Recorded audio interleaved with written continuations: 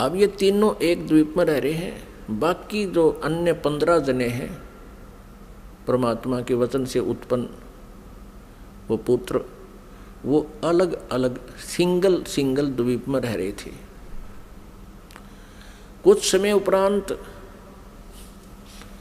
परमेश्वर ने हम सभी आत्माओं को, आप जी को, सारे ब्रह्मांडों की जितनी आत्माएं हैं, अपने शरीर से, अपने वचन से उत्पन्न कर दिया। और वहाँ हम तेजोमय शरीर में विद्यमान थे। नूरी शरीर है हमारा, यानी तेजोमय शरीर है, एक तत्व से बना हुआ है। उसमें नाड़ी वो शुक्रम अकायम असनाविरम, वो जैसे हमारी शुक्र से बनी हुई काया नहीं होती जो माता पिता के संयोग से बनती है, उसमें नाड़ी आदि का जुगाड़ जोड़ नहीं होता, नाड़ी तंत्र नहीं होता। इसी ऐसा ही शरीर परमात्मा का है, साकार है, मनुष्य दृश्य है, तेजों में है। लेकिन परमात्मा के शरीर का और हमारे शरीर के नूर में, सामर्थ्य में, शक्ति में और उसके नूर में, प्रकाश में अंतर है। पूर्ण परमात्मा सत्य पुरुष यानी कबीर देव जी का जो सतलोक में शरीर है, उसका एक रोमकूप में करोड़ सूर्य, करोड़ चंद्रमा से भी अधिक रोशनी है। और हमारा वहाँ शरीर कैसा था, जो शेष वहाँ रह रहे हैं उनका कैसा शरीर है, और हम जब परमात्मा ने अपने वचन से उत्पन्न किए थे तब हमारा कैसा शरीर था, मनुष्य दृश्य था। और हमारा शरीर 16 सूर्य जितने प्रकाश युक्त था, हमारे पूरे बॉडी का शरीर 16 सूर्य जितना तेज था यहाँ की जो सूर्य, लेकिन गर्मी ना हो। हम सभी वहाँ रहने लगे, वहाँ कोई दिक्कत नहीं थी, किसी प्रकार का कोई अभाव नहीं था, वहाँ जरा और मरण नहीं था, वहाँ जन्म मृत्यु नहीं होता था और बुढ़ापा भी नहीं आता था वहाँ पर। अपन आत्माओं यह विचार करना कि हम यहाँ कितने दुखी हैं और फिर भी हम ये सोचे हैं हमारी मृत्यु ना हो, और जबकि हमें पता है कि मृत्यु तो डेफिनेट होगी, यहाँ का विधान है, और फिर भी हमारी मरने की इच्छा नहीं। कारण क्या है कि हम ऐसे लोक में रहा करते थे जहाँ मृत्यु नहीं होती थी, जिस कारण से हमें ये मरना अच्छा नहीं लगता। और बिल्कुल ठीक है, वे क्यों तो जन्म हुआ था और फिर क्यों मारे। 30, 40, 50, 60, 70, 80 वर्ष तो हम ये मकान मकून बनाने में लावा, फिर इसमें रहने पाते ना, 1 मिनट में कड़च कर देता है यहाँ का भगवान। तो वहाँ जरा और मरण नहीं था, जरा माने बुढ़ापा। अब कोई भी बूढ़ा होना पसंद नहीं करता, सबने सोचा मैं युवा दिखूं। और ये बड़े बड़े नेता तो सर्जरी करा कर मेकअप करना चाहें, कब तक करोगे, 10 साल पाछे फिर फ्यूज होगे। तो कहने का भाव ये है कि हमारी नेचर है ऐसी कि हम युवा दिखें, लेकिन यहाँ तो बनावटी आर्टिफिशियल है सारा, और वहाँ ओरिजिनल था, तो हम वहाँ ऐसे रहते थे। कुछ दिनों के उपरांत, यानी दिन नहीं है वहाँ पर, क्योंकि दिन हम वैसे बोल देते हैं, वहाँ दिन रात नहीं होती, तेजों में प्रकाश में वो लोक है, प्रकाश में सब आत्माएं हैं, प्रकाश में परमात्मा है। वहाँ सूर्य उदय और अस्त नहीं होता। तो वहाँ कुछ समय के उपरांत इस ज्योति निरंजन, जिसको सरपुरुष कहा है, जिसको सरब्रह्म कहते हैं, जो गीता जी में अपने आप को कहता मैं काल हूँ, वो ब्रह्म है जो श्री कृष्ण जी के शरीर में प्रवेश करके बोल रहा है। आगे इतिहास बताएंगे आपको, पूरा डिटेल देंगे। इसको धैर्यपूर्वक सुनना इस कथा को, क्योंकि ये पहली बार जो सुनता है उसको ऊट पटांग सी लगती है, लेकिन कुछ समय के बाद प्रमाण जब देखोगे आपको स्वीकार करना पड़ेगा और होगी स्वीकार्य। कुछ समय उपरांत इस सरपुरुष में एक खरपतवार उत्पन्न हुआ, खुरापात उत्पन्न हुआ। इसने सोचा कि हम 3 जने तो एक द्वीप में और हमारे अन्य भाई एक एक द्वीप में रह रहे हैं, तो वहाँ ये विधान का पता चला कि तब से राज्य प्राप्त होता है। उसने खड़ा होकर के एक पैर पर तप किया और 70 युग, यहाँ के 70 युग तक तप किया। तब पूर्ण परमात्मा ने, सत्य पुरुष ने, कबीर देव जी ने पूछा कि पुत्र तू किस लिए ये तप कर रहा है, क्या इच्छा है तेरी? तब इसने कहा कि भगवान ये द्वीप मेरे लिए छोटा है, थोड़ा है, हम 3 एक द्वीप में रह रहे हैं, अन्य भाई मेरे अलग द्वीपों में एक एक रह रहे हैं, मुझे अलग स्थान चाहिए। परमात्मा ने कहा ठीक है भाई, तुझे 21 ब्रह्मांड दे दिए। जैसे एक धनी पिता अपने पुत्र को 21 प्लाट दे दे, अगले बेटा ये तेरे हिस्से में 21 प्लाट आ गए।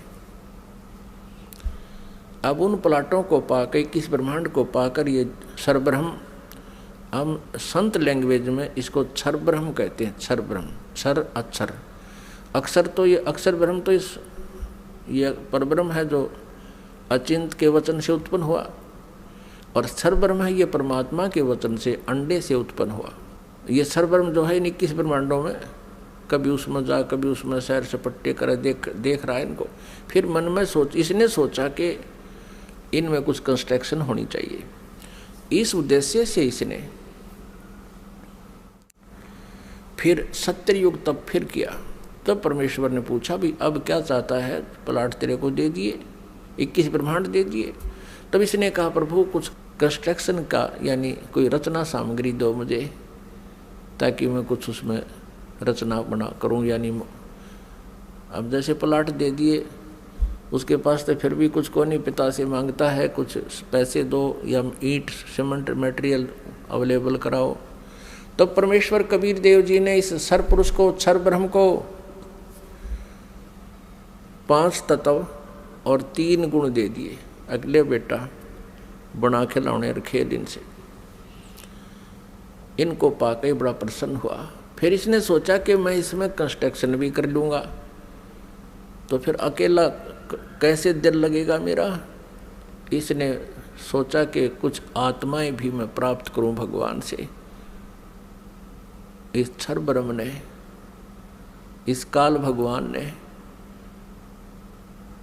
फिर तप फिर प्रारंभ किया, एक पैर पे खड़ा होकर।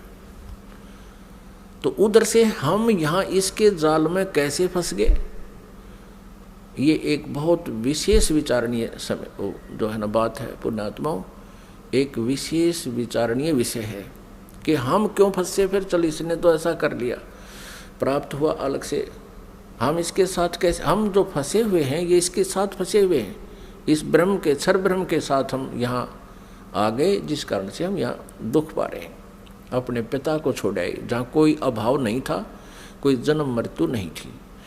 तो हम कैसे फंसे कि हम वहाँ देख रहे थे इसके तप को, और जब ये खड़ा होकर तप कर रहा था, एक पैर पे खड़ा होकर, हम सभी इस पर आसक्त हो गए, इतने आसक्त हो गए।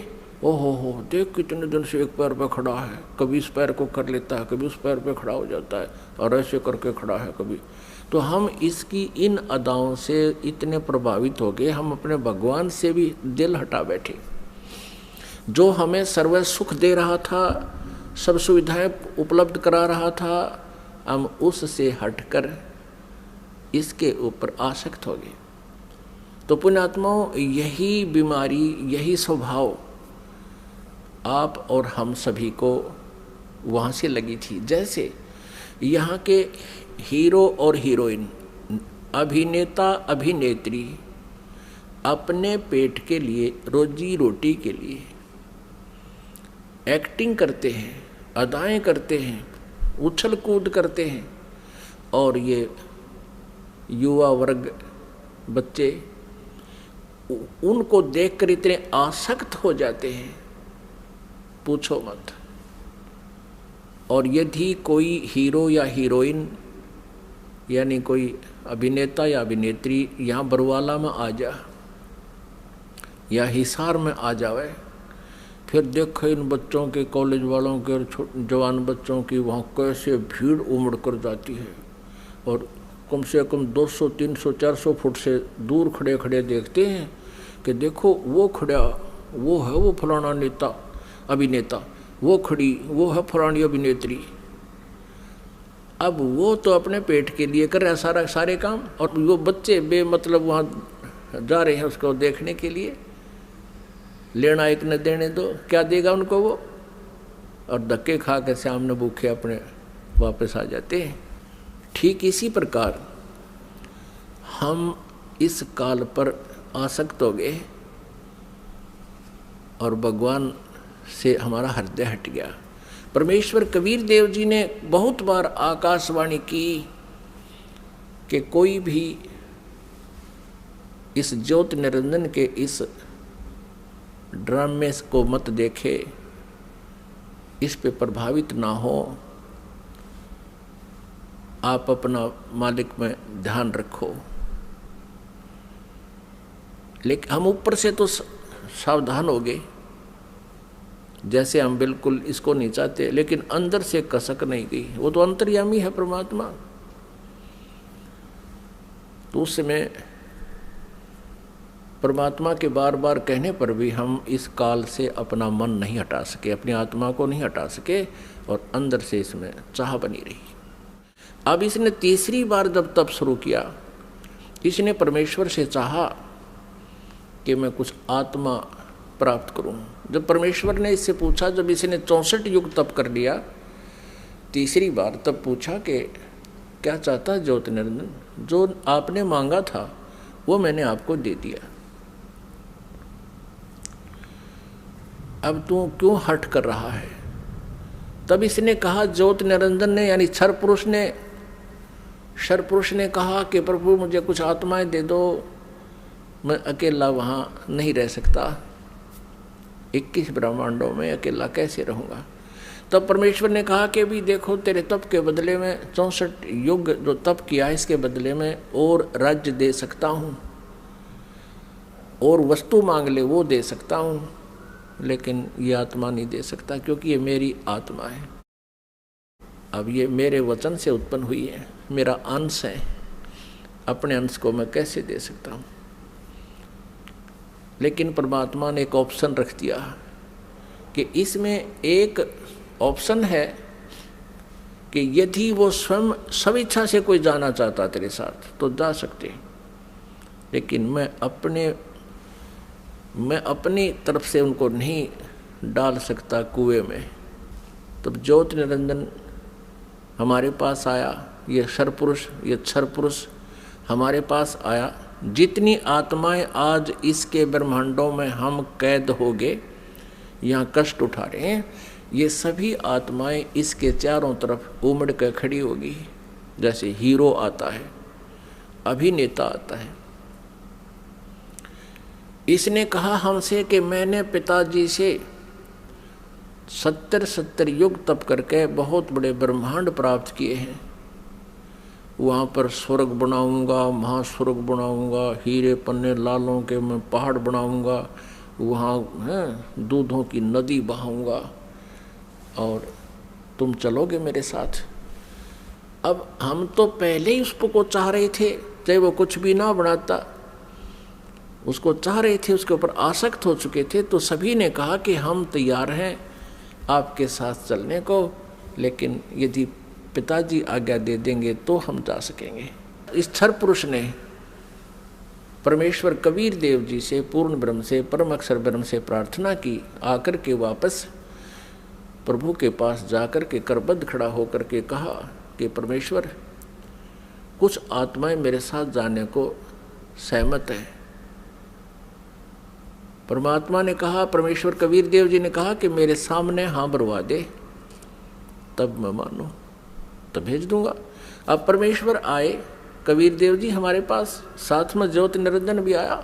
परमेश्वर कबीर देव जी ने, परम अक्षर ब्रह्म ने पूछा कि आत्माओं जो ज्योति निरंजन के साथ यानी क्षर पुरुष के साथ जाना चाहते हैं, वो हाथ खड़ा करके स्वीकृति दें। अब अपने पिता के सामने हिम्मत नहीं पड़ी किसी भी आत्मा की इतना ढीठपना करें, सबने नीची गर्दन कर दी।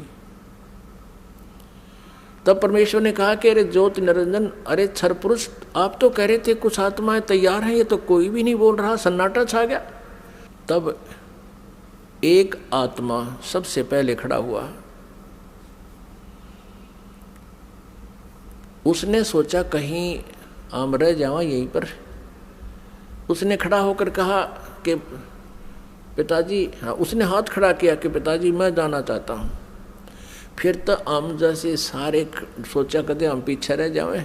हमने भी सब न कर दिया, ऐसे सब ने हाथ खड़े कर दिए।